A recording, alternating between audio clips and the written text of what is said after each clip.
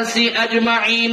না, যতক্ষণ পর্যন্ত মুমিন হইতে পারবা না, খাঁটি মুসলমান হইতে পারবা না, যতক্ষণ পর্যন্ত না স্ত্রী, সন্তান, সম্পদ, আত্মীয় স্বজন, পাড়া প্রতিবেশী, দেশবাসী, বিশ্ববাসী তোমার কাছে সব কিছুর চাইতে আমি এবং আমার আল্লাহ, আমার হাবিব এবং আল্লাহর চাইতে যদি বেশি মহাব্বত কাউকে করো, যতক্ষণ পর্যন্ত না আল্লাহ এবং তার রসুলকে মহাব্বত বেশি না করবা, ততক্ষণ পর্যন্ত প্রকৃত ঈমানদার হওয়া সম্ভব না। তাহলে রসুলকে মহাব্বতের দরকার আছে না নাই? মুসলমান ভাইরানি, আমরা মানুষ হয়ে রসুলকে মহাব্বত করি না, অথচ আল্লাহ পাক রব্বুল আলামিন যেই রসুলকে দুনিয়ার জমিনে পাঠাইছেন, আসমান রসুলকে মহাব্বত করতেন, জমিন রসুলকে মহাব্বত করতেন, গোটা দুনিয়া, গোটা পৃথিবী রসুলকে মহাব্বত করেছেন। কথা বলেন ঠিক কিনা? মুসলমান ভাইরানি আমার, খুব মনোযোগ দিয়ে কথাগুলো শুনবেন। খুব অল্প সময় লম্বা আলোচনা করার মতো সুযোগ বুঝি আমার হবে না, অল্প সময়ে শেষ করব। আমার ভাইরা, বাবাজিরা রে, একজন মানুষ আরেকজন মানুষকে ভালোবাসে, চেহারা যদি সুন্দর হয়, আপনি আমি যদি চেহারা সৌন্দর্যের কারণে পৃথিবীর কাউকে ভালোবাসতে চাই, আমার হাবিবের চেহারা থেকে পৃথিবীর জমিনে আর কারো চেহারা সুন্দর ছিল না। কথা কোন ঠিক কিনা? আম্মা জান আমিনাকে যদি ডাক দিয়ে বলে, মা আপনি বলে দেন আপনার কাছে মুহাম্মদের চেহারা কেমন ছিল, কেমন সুন্দর ছিল, আম্মা জান আমিনা ডাক দিয়া বলবে, পৃথিবীর মধ্যে অনেক সন্তান দেখেছি, মুহাম্মদের থেকে সুন্দর সন্তান আমি আমিনা জীবনে জিন্দেগিতে আমার চোখে দেখি নাই। হালিমা তো সাদিয়াকে ডাক দিয়া বলেন, হালিমা, মুহাম্মদুর রাসূলুল্লাহ সাল্লাল্লাহু আলাইহি ওয়াসাল্লামের চেহারা কেমন ছিল একটু জানতে চাই। হালিমা তো সাদিয়া ডাক দিয়া বলবে, আমিনা রে, তুমি তো ঘরের মধ্যে ছিলা, কোথাও যাওয়া আসা করো না, এরকম লম্বা সফর তোমার হয় নাই, আমি সুদূর জায়গা থেকে আসছি তোমার কাছ থেকে মুহাম্মদকে নেওয়ার জন্য। আসার সময় শত শত শিশুগুলোকে মানুষ নিয়ে যাচ্ছিল, আমি তাকায় তাকায় দেখছিলাম, যত শিশু রাস্তায় দেখেছি, আমার প্রত্যেক শিশুর মধ্যে আমি সাক্ষ্য দিতেছি, মুহাম্মদের থেকে সুন্দর শিশু আমার নজরের মধ্যে পড়ে না। আব্দুল মুত্তালিব ঘর থেকে বাইর হয়ে গেছে।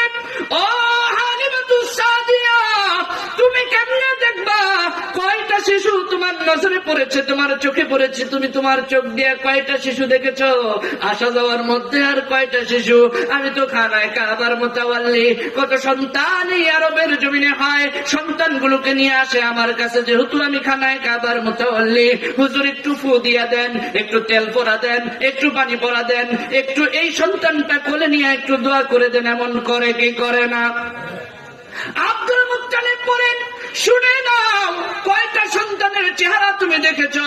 আরবের এই প্রান্ত থেকে ওই প্রান্ত পর্যন্ত বহু মানুষ আমার কাছে সন্তান নিয়ে আসছেন দোয়া নেওয়ার জন্য, তেল পরা, পানি পরা নেওয়ার জন্য।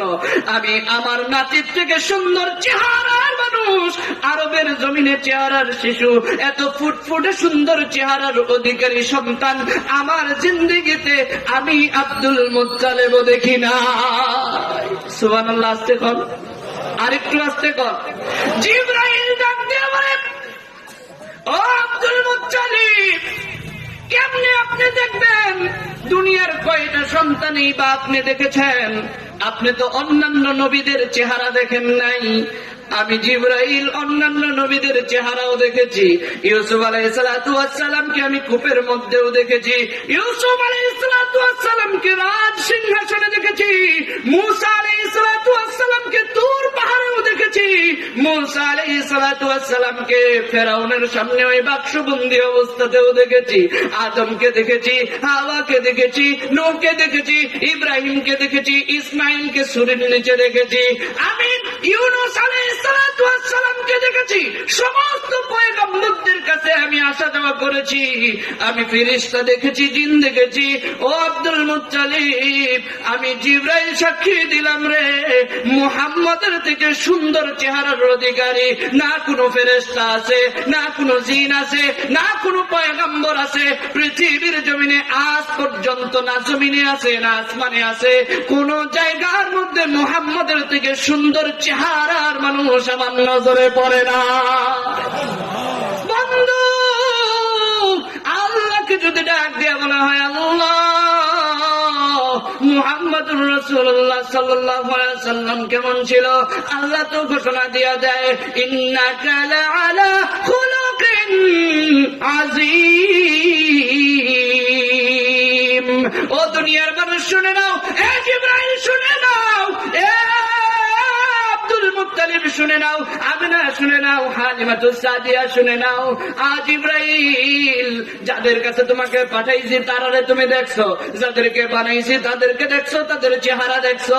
ও আব্দুল মুত্তালিব আরবের সন্তান দেখছো, আমিনারে তোমার ঘরের শিশুকে দেখছো। তুমি তো এত কিছু দেখো নাই, আমি তো সবকিছু আমি আল্লাহ বানাইলাম। আসমান বানাইলাম, চন্দ্র বানাইলাম, সূর্য বানাইলাম, জমিন বানাইলাম। আদমকে আমি বানাইছি, হাওয়াকে আমি বানাইছি, মুসা আমি বানাইছি, ঈসা আমি বানাইছি, ইব্রাহিম পয়গম্বরকে পর্যন্ত আমি বানাইছি। আমি আল্লাহ সাক্ষী দিলাম, মুহাম্মদের থেকে সুন্দর চেহারার অধিকারী, মুহাম্মদের থেকে সুন্দর মানুষ, আখলাকওয়ালা, আদবওয়ালা, চরিত্রবান মানুষ দুনিয়ার জমিনে আমি বানাই নাই। দেখবা কেমনে? আর কিয়ামত পর্যন্ত আমি আল্লাহ পাক রব্বুল আলামিন মুহাম্মদের থেকে দামি এবং সুন্দর মানুষ আমি আল্লাহ বানাবো না। আমি আল্লাহ বানাবোই না, দেখবা কই থেকে? প্যারে